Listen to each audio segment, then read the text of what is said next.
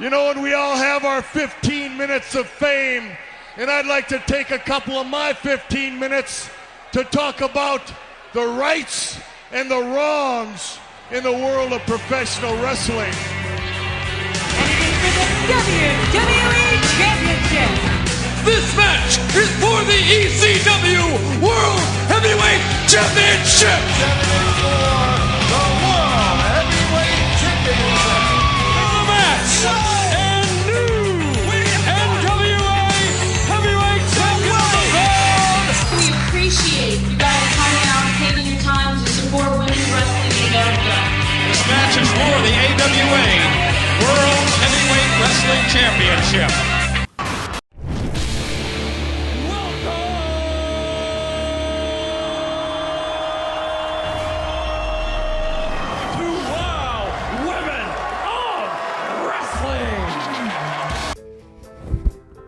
Welcome to the WOW Women of Wrestling Review Episode 2.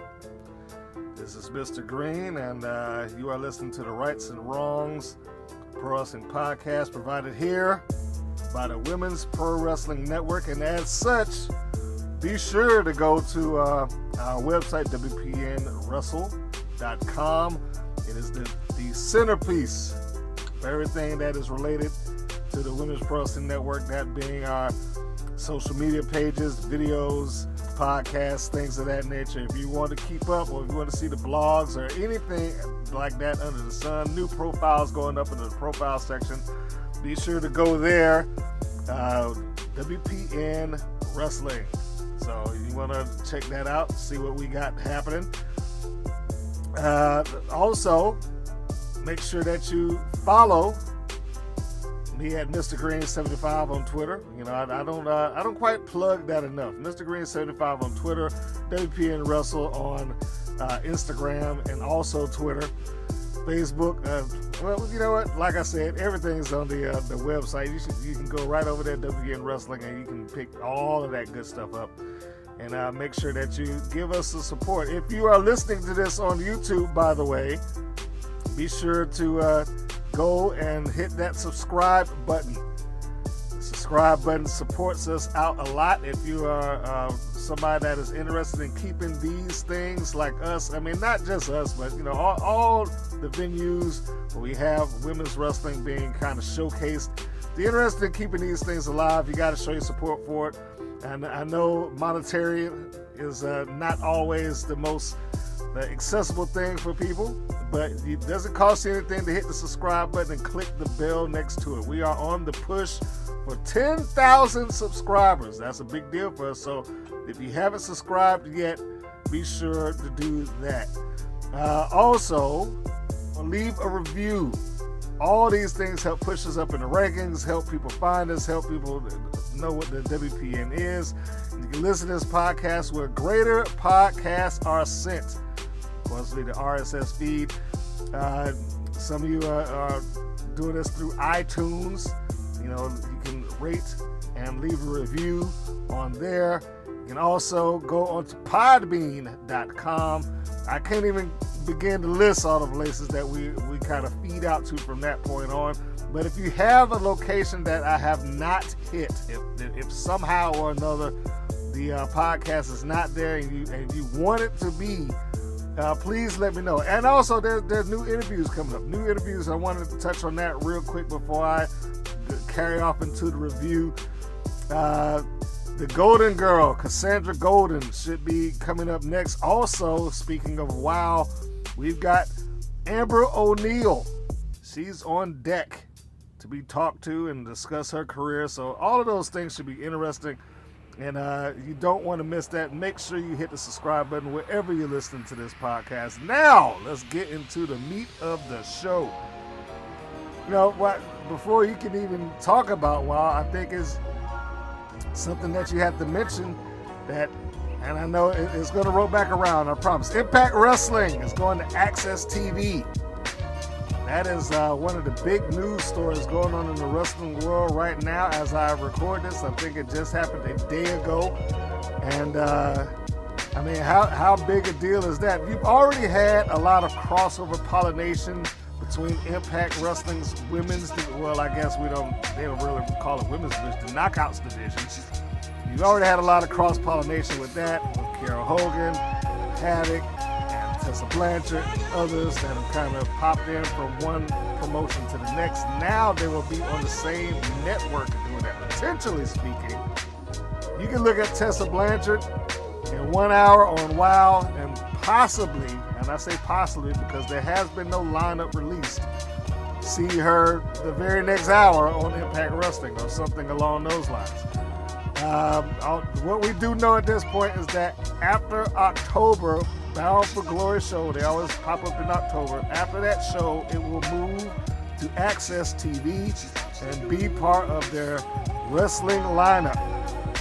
I mean, I'm not saying officially they're going to be on the same night and follow a succession, but they already got WOW, they already got New Japan, and now Impact is going to be there also. And I can only imagine that it's probably going to be the priority show, because from what I get, the parent company from Impact Wrestling, Anthem, bought a majority stake in AXS-TV. So them being secondary or anything is, probably not going to happen if I were a betting man. I'll put it that way. So it'll be an interesting thing to watch unfold. Are you excited about it? That's probably another thing. Leave that in the comments below.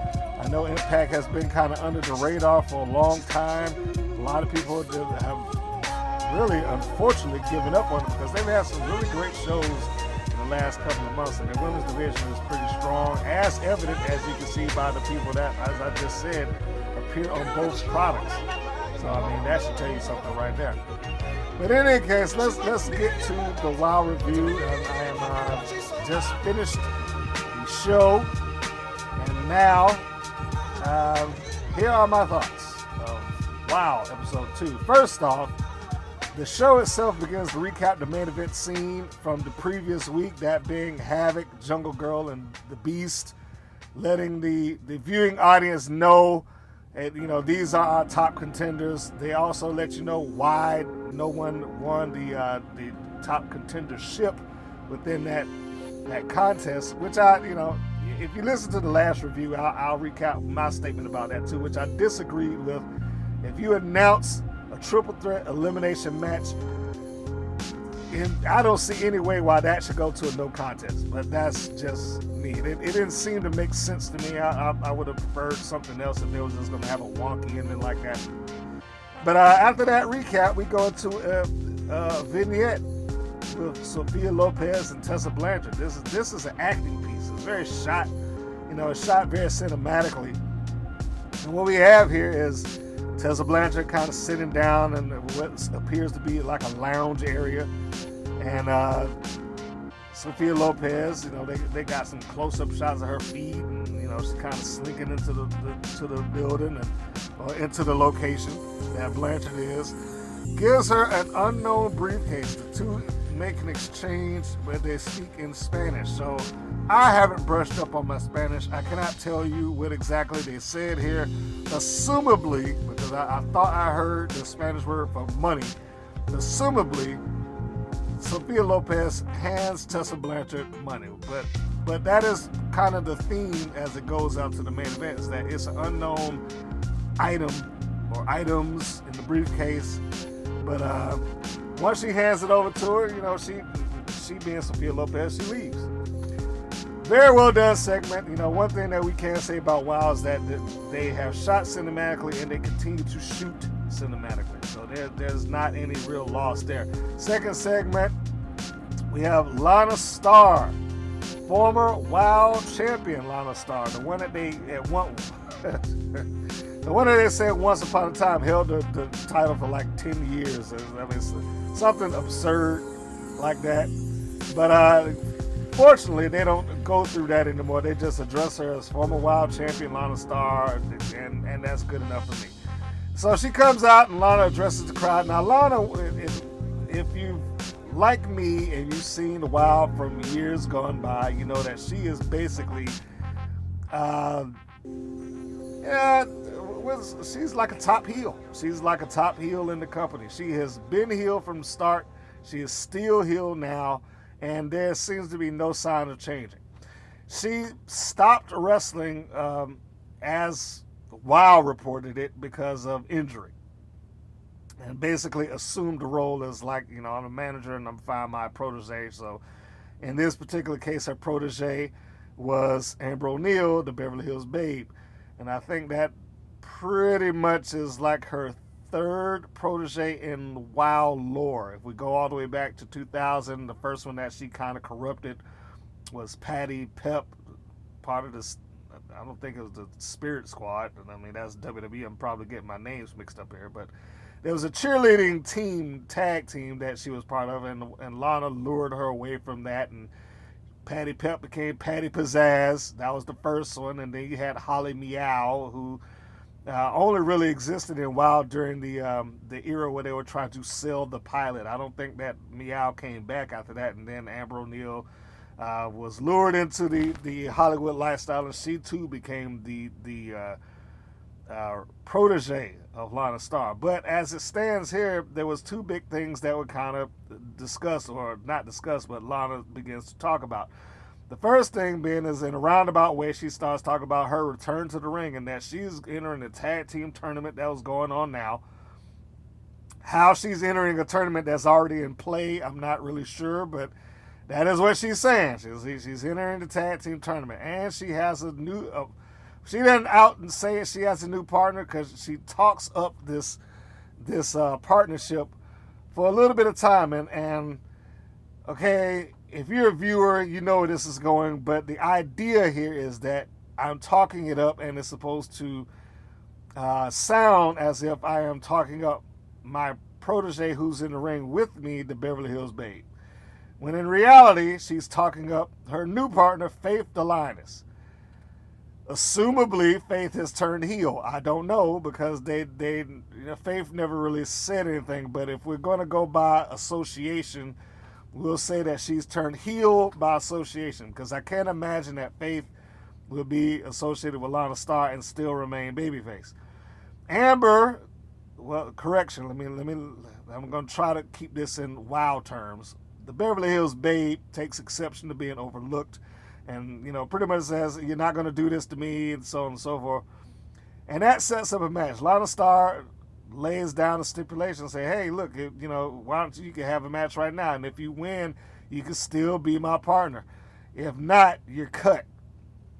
And she gives a pretty good line in here that kind of, you know, illustrates who Lana Starr is. You know, even though I will say WoW I got to give them credit that they're not nearly as punny as they once were. They still kind of work in the gimmick words and characteristics every once in a while, and it fits here. It fits here for Lana Starr. She essentially says, hey, you know, the thing is, I'm from Hollywood, and dreams get broken here every day.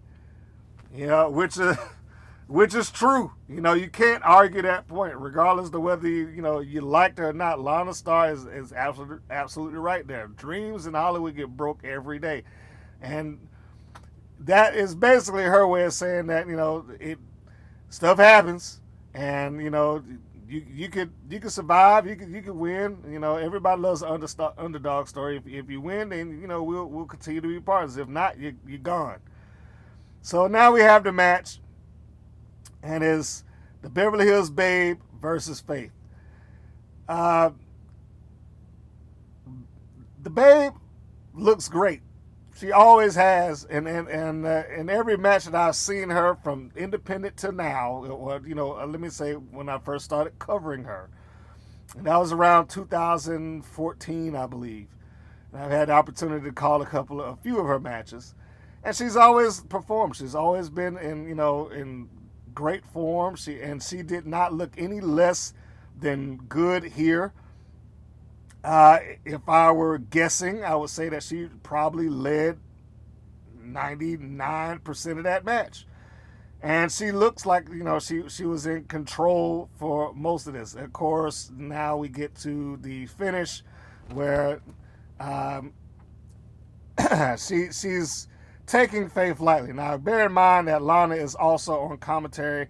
The Babe is mocking Faith. She's doing her dance routine. She turns to Lana. She's She's jaw-jacking with her. Now, all of this is taking place after the Babe hits her with, I guess, what most of us refer to as an X Factor, that sit-out face plant. So she is with that, and she starts jaw-jacking with Lana Star, and basically, giving her a hard time for everything that she's doing, turning her back on her, so on. She takes the lazy pin across Faith, and you know where this is going. Soon as she lays across her, Faith reverses it and gets the pin, wins the match. The Babe dominated the match, but ultimately she lost. And it is essentially everything that Lana has said about her since she got her. It's like, you don't win. You don't cut it. You just never come through. And that's what it seemingly comes off as. So now we've got a new protege and a new partnership between Faith the Lioness and Lana Star. Whether she actually gets in the ring and wrestles again, despite what she said, remains to be seen, at least for me. The next segment, we got Abilene Maverick, and I want to make note here, I actually wrote this down, is that for those that weren't aware, Maverick, who was formerly Barbie Hayden, has retired from independent wrestling. Now, that's not to say that she is retired from wrestling altogether, but she's retired from taking independent wrestling dates. She said she was no longer going to take any of that. So basically, what we have here is that if she's not wrestling for a while, or if she doesn't get a contract to, say, I don't know, Impact or AEW or WWE or something like that, it's very likely that you will not see Barbie Hayden ever again. So as far as I'm concerned right now, there is no Barbie Hayden. There's only Abilene Maverick. But in this segment, we got a backstage scene, another vignette. Abilene is kind of coming out of her, what we assume to be her dressing room, and she runs into Stephy Slays backstage. And she calls her out. Her being Stephy calls out Abilene for a rematch, where she apparently they've crossed paths last season, and Abilene tells her, hey, look, what you did was a fluke, and that you need to beat somebody important in order to face her. Stephy has been kind of positioned as the underdog of WoW, and not really getting by necessarily. She has won, but I think as it stands right now, she's lost more matches than she has actually won. But she still feels and looks confident that she could take on Abilene Maverick. But Abilene refuses to do it and pretty much pie faces her and walks on out. So what we get here is that we are building for a match. I'm perfectly fine with this because they started it up, and then when you go into the next segment, the commentators, good job here, they start talking about everything that you may have missed, because that was the first thing I was thinking. I was like, well, I didn't see that match. What happened? So now you got Dave McClain, you got Stephen Dickey. Again, I'm so happy that they got a 2-person booth instead of a 3-person booth. I don't mind the occasional guest that comes in there, but just 3 people overall all the time is just too much. So they're talking about it. They're laying down the groundwork so that you understand Abilene pretty much faked a leg injury, or assumably faked a leg injury to get out of a match, and so on and so forth. So they have planted the seeds, and we now know that this is a match being built towards, and I am fine with the build, or at least I am right now, unless something goes drastically wrong here. But it looks good. The setup looks good. I'm interested in seeing where they're going with it. So, that's a storyline to kind of keep your eyes open for. This leads to Abilene's opponent, who some of us knew as Diamante. In the Wildverse, she is Adrenaline, and this is her debut match. Clearly the crowd favorite here. There's no question in that Adrenaline is positioned as a crowd favorite. Of course, she is walking in there with probably one of the more established heels in the Wild, so that's not very difficult. I'm not surprised at this match at all. I think I said it in the last review. When you've got 2 workers that come in there and they know what they're doing, there really should be no surprise at how good the match is. The match was perfectly fine. I mean, you got a former NWA Women's World Champion in Barbie Hayden, and you've got Diamante, who is part of LAX and former Knockout and Impact. I'm not sure. I don't think she's still in Impact, or at least associated with them. One thing I will say, I've never really understood which or why certain people can keep the names in WoW and some couldn't. I mean, I guess that's just a matter of choice, or a matter of what WoW wants. But especially now, and I know they didn't have a crystal ball. I know they couldn't tell where the future was going and anything like that. But considering the fact that Impact Wrestling is actually coming into AXS-TV also, I would think that it would probably be more fortuitous to have Adrenaline Russell as her working name, the name that she got from Impact, Diamante. How they could have their, I mean, they could still do it, but they could have some sort of crossover at some point. And in fact, it wouldn't surprise me if they actually begin to have some sort of crossover going forward in the future, considering this newfound partnership. But as it stands, Adrenaline, I was about to say Diamante, the Adrenaline got to showcase herself in the ring. She got to perform like Hurricane on Barbie Hayden, which I was really surprised that she hit, because I thought Barbie was pretty short. Didn't think she had the base for it, but she did. And I believe she hit what I believe they called an Aztec Destroyer. Now, some of us, when I do the call, it's called a sunset bomb. But Adrenaline hits that on Abilene Maverick, scores the 1-2-3, and the debut of Adrenaline is a victorious one, and we move on. We go to yet another vignette. That vignette was Siren, some of us know as Nina Monet, introducing herself and her partner Holidead as the new entrants in the tournament. Now she's doing this, and she's doing this in character of being a voodoo priestess. She's laying out the cards and showing the tag team titles and all that good stuff like that. So all of this is done within the confines of who she is and the persona that Siren has laid out. It is very well done. Very well done. And I would say that's probably going to be a running theme here as it relates to their vignettes and the backstage stuff. They shoot it incredibly cinematically. It's almost like for those of you out there that watched Lucha Underground, and that's going to come up actually a little bit later on. But for those of you that used to watch Lucha Underground, you remember that how they shot it. They shot like they were trying to make a little movie. And there are scenes here that come off that way. Like, we're not trying to shoot this for sport. We're not trying to shoot this to, hey, this is backstage. They are shooting to have, the movies. They're changing the focal lens and all that stuff like that to make it, look more glamorous and clean, and, change the aspect ratio of the screen and all that stuff like that. It's just a cinematic feel. It doesn't look like video. Well, it is video, but it doesn't look as polished a video like you get on, say, WWE when they go do their backstage thing all the time. So it stands out in that regard. And I think it's good for you to stand out. It's good for them to be able, and for them to do what they're doing, so that they do not kind of bleed over into what everybody else is doing on time. But here we go. We got Siren and Holidead, who have introduced themselves into the tournament. I was a little bit surprised, I will say, that with them having access to both persons, that Holiday did not go with her original partner on the independent scenes as part of the Twisted Sisters.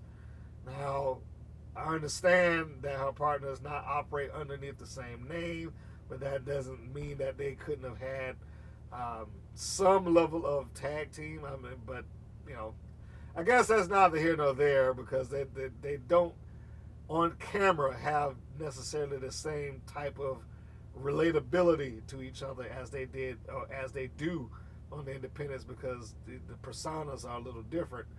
But it's just a little surprising to me. I mean, considering the history that they have, and I believe they were Sabotage Tag Team Champions for a lengthy period of time.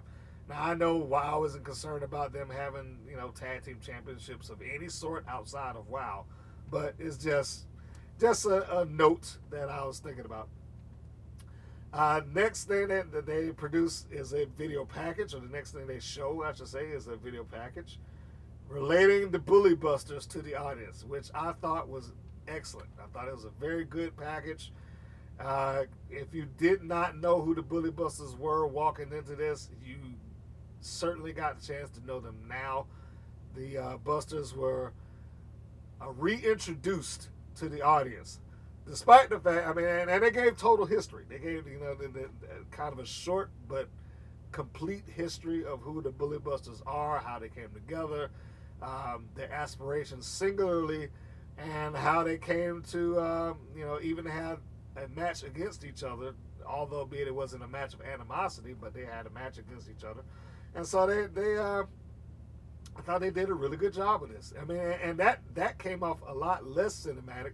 It came off like a classic pro wrestling package, and I loved it for that. But when the package ends, we see the Bully Busters reunited, and that was part of the sell of this package. The Bully Busters reunited, Keta Rush, Stephy Slays, and they are leaving to go to the ring. But before Stephy goes or continues with Keta, she sees Abilene sitting down in the locker room and decides to come up to the door and basically say, "Hey, Abilene, what does it feel like to be a loser?" And Abilene takes a water bottle, tosses it at her, and Stephy kind of chuckles and walks off. So we got a little bit more build here. We are still planting the seeds of what should be an Abilene Maverick versus Stephy Slays match at some point. If they don't go to that, it will be incredibly disappointing. But here we go. The next segment, Siren and the Holidead. Siren, the Voodoo doll, and Holidead versus the Bully Busters. So what we have here are 2 WoW originals versus 2 indie stars. And in some regard, it shows. I'll get to this, and I definitely want to hear your comments and your opinions about this. If you have any sort of thoughts about the match after you watch it. But in any case, the Busters get attacked at the bell, which normally that would come off as a very heelish thing to do, but let's take this in context. The bell rings, and both of the Bully Busters are not paying attention to what's going on. They're just waving at the audience, not looking at neither Siren or Holidead. So it came off to me like, even though they're the heels, Siren and Holidead were perfectly within their rights. The bell rang. And it's not my fault that you turned your back on me and decided to go waving to the fans. It didn't come off to me as it should have. I think just the simple act of having them attack before the bell would have made it a little more palatable. But as it was, it just looked like babyface stupidity. Like, hey, let's wave to people. Even though we're here to do some business right now, let's not pay attention to what's going on. The editing in this seemed really weird. Like it was a little jumpy, especially during this double team exchange that they did just after the attack at the bell. Listen, for whatever reason, this match video is crazy choppy. WoW has their own editing style. They like to cut to different angles and different camera shots throughout the course of the match. They just boom, boom, boom, boom, like every 5 or 6 seconds or whatnot. And, whereas that's not a huge disturbance, nor is it a big deal, and it's not necessarily like what you get in a WWE or AEW events or Impact or any other pro wrestling event for that matter. It was far too much of it. it was too much. It was too much to the point where it was distracting, and I almost didn't want to watch it because it was just cut. You know, it was just too much of that. Too many cuts, too much of it. And I don't have access to what the raw footage was. But my theory has always been when they cut that fast, they cut that hard, and they cut that often, they are covering up stuff. Like, but you know, the other matches, yes, they cut, but the cuts are longer. The amount of time that they stay on the shot is a little longer. Here they were just like whoever was hitting that button, they were just boom, boom, boom. You know, it was just so much of it, and it took away from the match for me, quite honestly. I hope that whatever the editors are doing right there, that they do not continue on with that. I can only imagine that the cuts are there to cover up potential lag points, not necessarily mistakes, not necessarily errors or mess ups and things like that. I'm not going to assume that, but lagging maybe, you know, for whatever reason. I think they're trying to keep the pace of the match up, or they're trying to take off potential mess ups. Again, I wasn't there, but if there's anything that gives me pause to that, is the fact that, like I said, it's 2 WoW originals versus 2 indie stars. When the indie stars were in charge, or they were leading or dominating the match, so to speak, you got less of that. When you got the Bully Busters in control, it was just all chops. And, you know, to me, that's very telling. And this is not a knock on the Bully Busters, Keta Rush, or Stephy Slays, or for that matter, any WoW original that happens to be inside of that ring or on the show. It is simply a statement of this.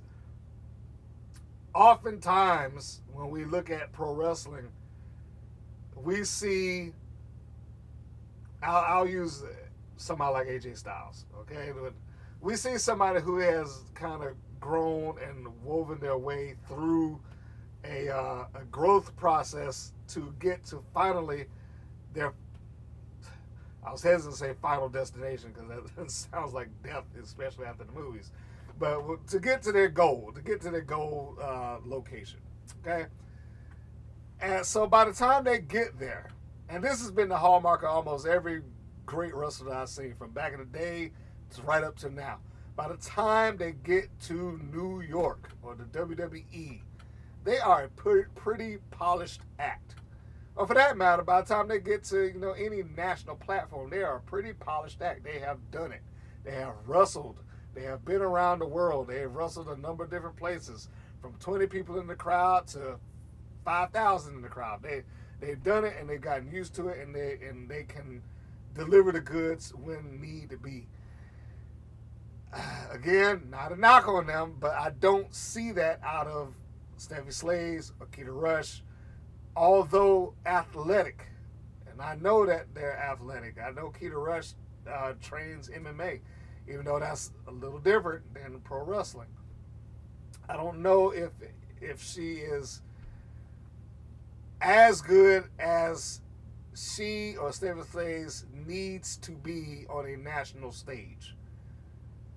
They, in my opinion, come off as needing a little bit more underneath them before they continue on at that level. I mean, I know they're not going to leave, and they shouldn't. They already got the job. I'm not saying that, but as I was just using it with the WWE and AJ Styles example, you know, by the time you get to WoW, which, you know, let's call WoW for what it is. WoW is a nationally broadcast product. By the time you get to that, you shouldn't be a unpolished diamond. You should be polished and ready to go. But that's not the case, and it's not going to be the case for several WoW girls. A lot of them are going to get 6 months of training, and then they're going to get put on TV, whether they're ready for that position or not. I mean, I'm sure there are going to be some people that dispute it, like, oh, they're ready. They might as well learn. But some of them are going to get put out there whether they're ready for it or not. They can be ready inside of the training facility, but that does not necessarily mean that you're ready to be in front of the world. And that's my 2 cents on that. And taking into account the other thing, despite the fact that they wrestle a while, I think that is all that they wrestle with. Like, I don't think Stephy Slays or Keta Rush either have any aspirations to wrestle for anywhere beyond a wild ring. Whereas Holidead, Siren, and others, they continue to wrestle all the time. In fact, I know for a fact that Siren, a.k.a. Nina Monet, I've seen her wrestle since 2013, and she's probably wrestling a little bit longer than that. But that's been almost an every week process. Every week. So she's polished. Holidead's polished. Drillin, Barbie Hayden, Amber O'Neal, and there's a bunch of them there. They're polished. They're ready. So when I see them in the ring and I see them going against the other polished girls, I expect a good match. Here, and I was slightly disappointed. I'm not even sure if I went to who won here, but the winners of that match were Siren and Holidead. They did score the win via Holidead coming in and catching Stephy with a face buster, a sit-out face buster from the pedigree position. And I don't know if it's going anywhere, but McLean claimed on commentary that Holidead, we're going to have to look through this because Holidead wasn't legal. And she might not have been, quite honestly. Again, me looking at this match while it was somewhat choppy was a little distracting for me, so I really did not pay attention to that. I know that Siren came in. I know that she put down Keta Rush with an exploded suplex. That followed with Stephy Slays knocking Siren out of the ring, and then Holiday comes in with finisher and puts Stephy down. That ends the match, and I guess when I'm laying it out that way, I guess it could have been that she was not the legal person, but it is what it is, unless it's going into some sort of storyline. But the irony here is that you had Stephy not but a segment earlier talk about what does it feel like to be a loser, and then she goes right out there and loses. So it wasn't quite the homecoming that the Bully Busters I thought would like, but I also don't think that they're necessarily looking to reunite the team long term anyway. I think they both, and I'm talking about legitimately, I'm talking not talking storyline. I think they both want to have singular careers and single aspirations. The next bit, I enjoyed this. This is Jesse Jones confronting Amber O'Neal. And I say Amber O'Neal because I think the Bullet Babe guise is about to be shed. She's sitting in a locker room, and Jesse is like, hey, what's wrong with you? What's the problem here? And Amber, the Beverly Hills Babe, is, talking about basically how she got dropped, and did you see what happened out there, and this, that, and the other. And Jesse is saying, hey, look, I know, but what happened to the Amber that I used to, that speech, we've all heard it. And she's really good at delivering it and it sounds convincing to me, largely because I've seen both of them kind of run the same circle. So it makes sense to me. It comes off like this would happen. Like Jesse Jones or Jessie Belle Smothers, whoever you choose to call her, it comes off to me like she would walk up to Amber O'Neal like, what are you talking about? What happened to the Bullet Babe? And I was surprised that they used that. I was surprised that they actually said, or that Jesse said, the Bullet Babe, I know, wouldn't care what anybody thought. So she's referencing stuff that doesn't exist within the Wild universe. She's referencing things that you basically can only really see if you're scanning through the internet, because there's not a lot of the Bullet Babe necessarily on TV. I believe she appeared on Ring of Honor as the NWA Women's Champion in the Bullet Babe guys, But outside of that, I'm not really sure that there's a bunch of footage that you can reference the Bullet Babe opposed to the Beverly Hills Babe. I will say, I will raise my hand and go on record right now that you can watch the Bullet Babe wrestle on a couple of different matches here on the Women's Pro Wrestling Network. So, that's a small pat on the back for me. If you are so interested, be sure to go and I think I'll leave some links in the description below, or maybe an annotation, well, we don't really do annotations, but links in the video. So if you want to see her perform as the Beverly Hills Babe, as the Bullet Babe from back in the day, maybe we'll have that available for you to watch. So that's another one. But I thought this interaction was pretty cool, and again, largely because it seemed legit. It seemed legit. It seemed like this is something that she would say. You shouldn't, back in the day, you wouldn't care what happened. You were the Bullet Babe and this, that, and the other. But I like that it's not an easy turn for Amber to get back to where she was. She's like, no, I like where I was and this, that, I wanted to be out here, and you end with just like, come on. Matter of fact, we leaving right now. Let's go. And the first thing we're gonna do is I think she's gonna get you out that outfit. She's like, well, I like my outfit, and just said, well, it looks stupid. So, I thought that it was a very short segment, but it was an interesting segment. I enjoyed it, and it only solidifies to me how good Jesse's Jones and the Bullet Babe are, both inside and outside the ring. She's good on the mic. She's good as a performer in the ring. She's becoming good acting, because that's basically, even though she's not, she ain't playing a role vastly different than who she is, but Jessie is really, she's coming into being a just all-around solid performer. And the fact that she hadn't been on somebody else's TV other than Wild, all due respect to Wild, is just a crime. Once we get past that, it is a recap of the main event from last week. And then we reset the scene with them talking about or showing Tessa, the exchange of Tessa Blanchard and Sophia. So now we are going into the main event. The main event is unveiled to be, because I guess one thing that we forgot, or at least I'm not going to say we, that one thing I forgot to mention is that in the previous week, because the triple threat that I didn't agree with ended the way that it did, Tessa comes out and says, well, if you can't do it, I'll find my own opponent. So now we're referencing the scene at the beginning of this episode where Sophia delivers a briefcase with unknown contents. And now we come to the main event, and it is Serpentine, who they openly acknowledge as, hey, that used to be Cobra Moon from Lucha Underground.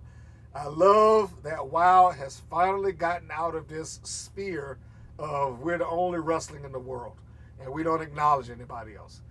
They acknowledge it. They know it exists. The world knows it exists, so great.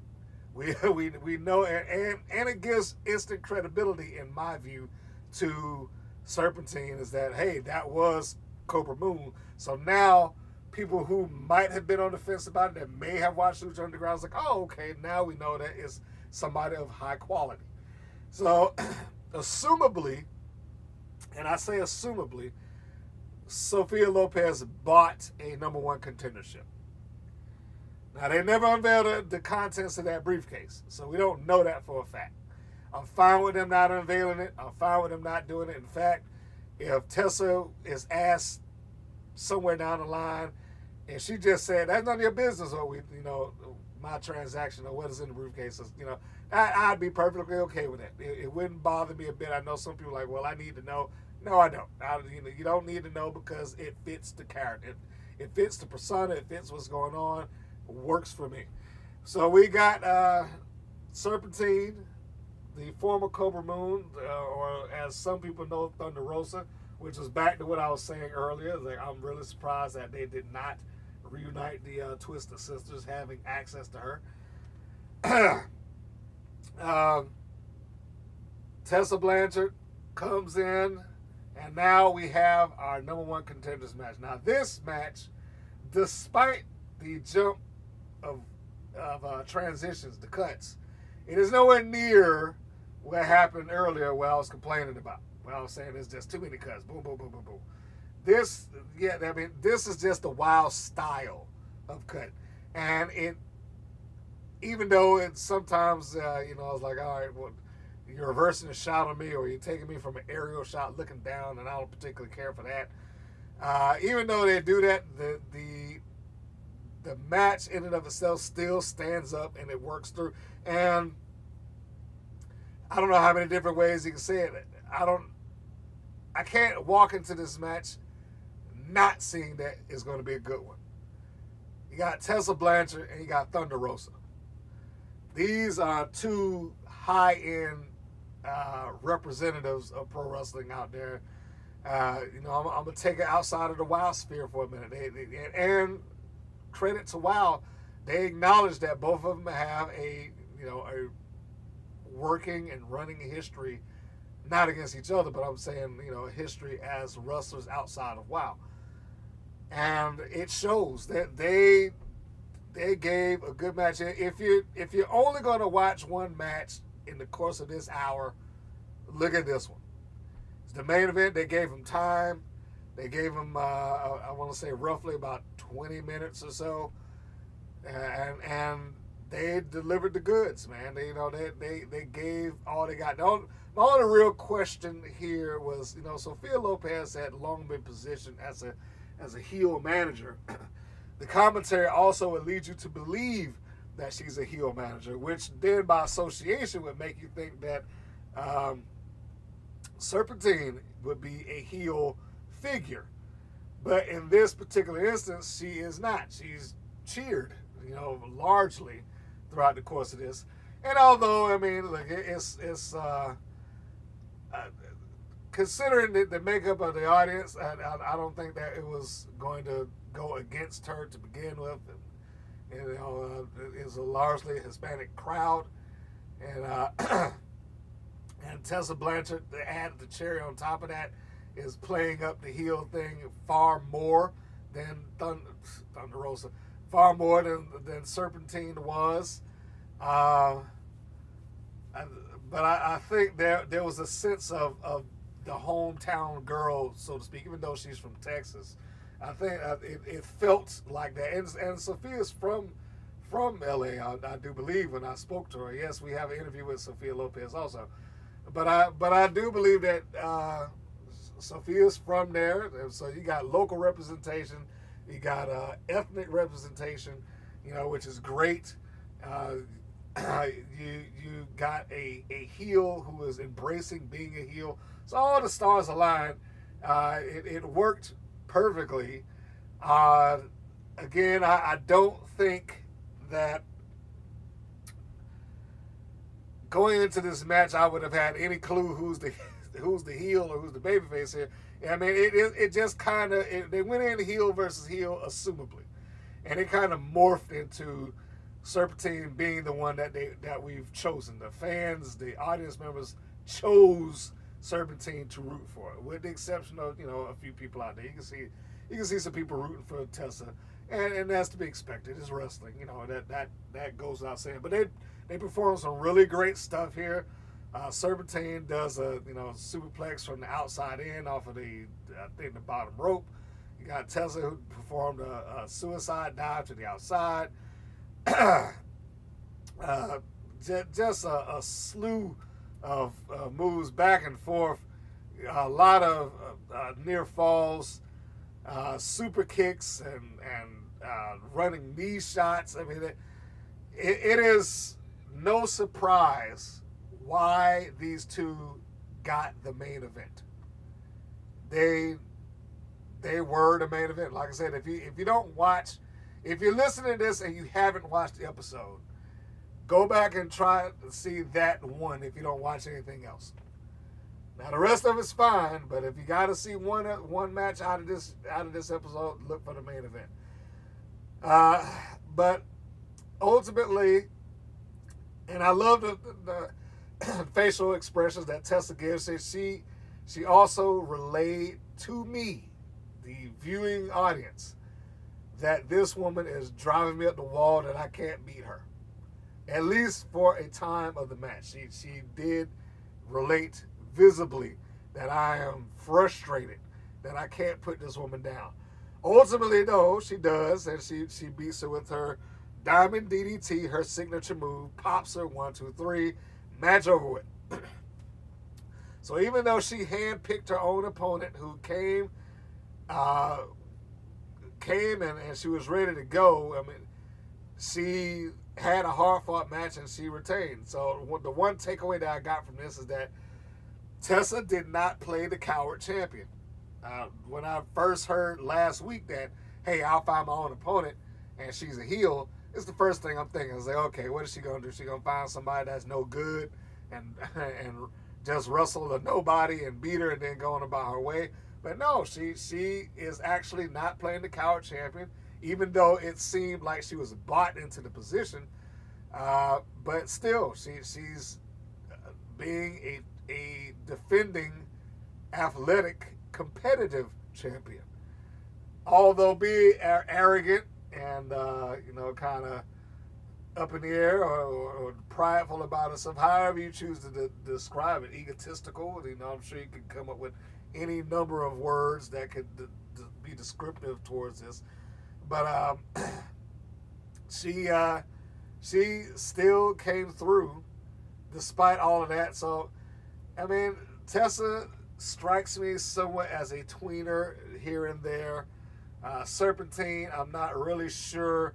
That's been one of the other criticisms I've had with WoW on occasion, is that sometimes, and I say sometimes, I'm not terribly sure if this person is a heel or a babyface or whatever the case may be, because they don't hit me in the face with it. And I'm not saying that you need to be hit in the face with it. I'm not saying that it has to be spelled out necessarily. But sometimes you like to know. It's like, I don't want somebody that's in between all the time. Yeah, that was a real, kind of fashionable thing to do in the 90s. It was like a lot of shades of gray. But I don't really want a lot of shades of gray. I want somebody that I know that I can boo, and somebody that I can know that I can cheer. I want to know who the good guy is. I want to know who the bad guy is. I don't want that in between all the time. So,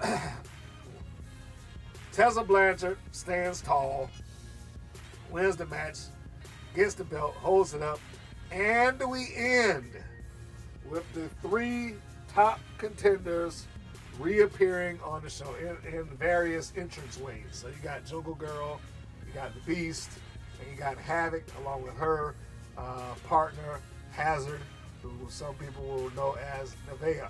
So there you have it. That is the entirety of the show, and it go off the air like that with Tessa basically saying, all right, come on and come get it, or whatever the case may be.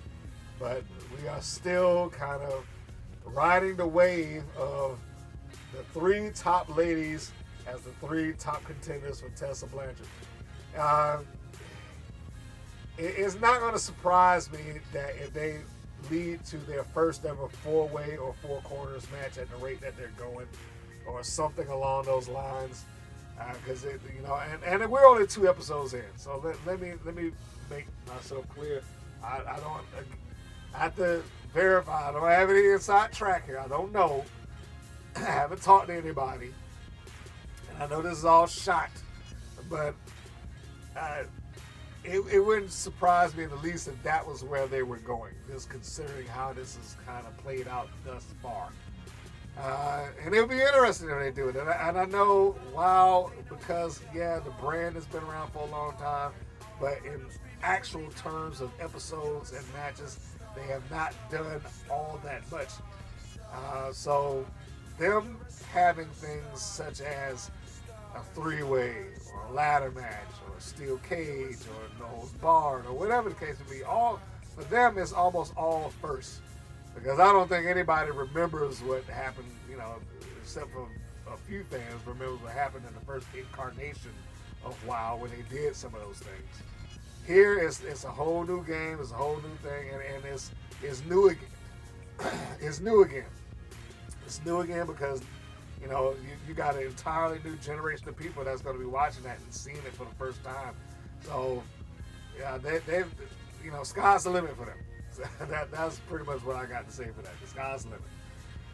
So there we have it, folks. Your opinions and your comments would be most welcome. I'd like to hear your review of the show. Did you like it? Did you enjoy what they were doing? Did you feel like it was too choppy in the Bully Buster match like I did? Did you think that they did the best match that they could? Would you have written a different main event? Be sure to leave your comments below wherever you are.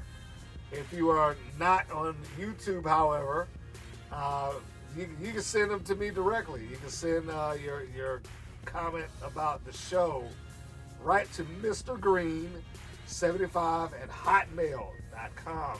Mr. Green 75 hotmail.com. And if you send it in and I get the chance to kind of rifle through it, I will read your comment and or question on the air. Speaking of questions, as I said, the Beverly Hills Babe is on deck to come on the show. And if you have a question for the Babe, if you have something that you want to know about her life or her career, now is your time to ask. Now is your opportunity to ask. Leave your questions, and I will ask them to her on the air. Just leave your name along with it so that you can get credit for it, so I can know who you are. Sometimes you may have some code word or name or username that I can't really read. Every once in a while that does happen. But if you have questions that you want to know about Amber O'Neal, the Bullet Babe, the Beverly Hills Babe, whichever you know her as, now is the time to do it. Leave your comments below. Send me an email. I will address it. I should be speaking with her within the next 5 days, I think. So you don't want to sit on that. If you're listening to this now, you definitely want to jump on this. Leave your questions or shoot them over to me. And that will do it, folks. Again, thank you so very much to everybody that has subscribed to our YouTube channel thus far. It is growing, and I am very proud to say that it has been growing. If you haven't subscribed, if you're listening to this on YouTube, if you're not on YouTube and you just want to, get a hold of our content, go in there, look up Women's Pro Wrestling Network, and we should pop right on up. And if you're not there yet, hit that subscribe button and click the bell. We are on the march to 10,000 subscribers. 10,000 subscribers, and I promise at that point, we're going to start selling t-shirts. That's right, folks, t-shirts. When we hit that, we are going to make that jump. It is another way to kind of help support this channel. It is another way to help support the ladies that have associated themselves with this channel. I don't want to get ahead of myself, but I think there's some other announcements that we may potentially get a chance to break in the near future. I hope so, knock on wood. And if you are listening to this where you listen to your greater podcast, subscribe there too. Subscribe there, leave us a review.